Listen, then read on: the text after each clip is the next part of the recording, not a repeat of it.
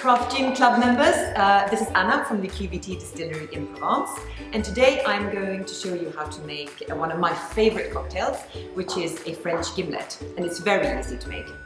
What you do need is a shaker with some ice, and you need gin, QVT gin, and you need an elderflower liqueur. Now you can use an elderflower cordial or essence if you want to, but remember that this one has got about 20% of alcohol in it, so you might want to sort of play around and see if it's too sweet or if it isn't strong enough for you. Right, what we need to do is first to take 6 centiliters of gin, like this, and pour it into our shaker. This one is...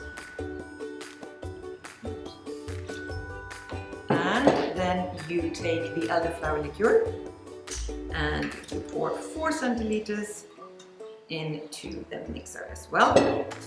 And then you take a fresh lime and you squeeze roughly half a lime. It depends a little bit on how juicy it is, of course.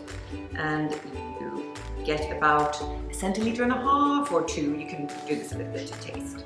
I'm doing almost 2 because I really like lime. And I put it in.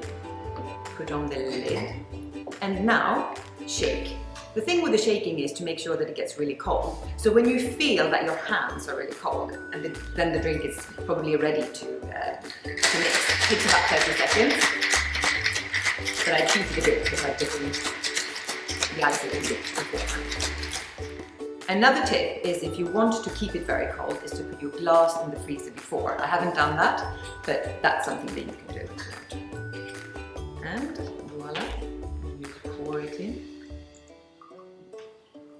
like this. And there you go. Very simple and very refreshing.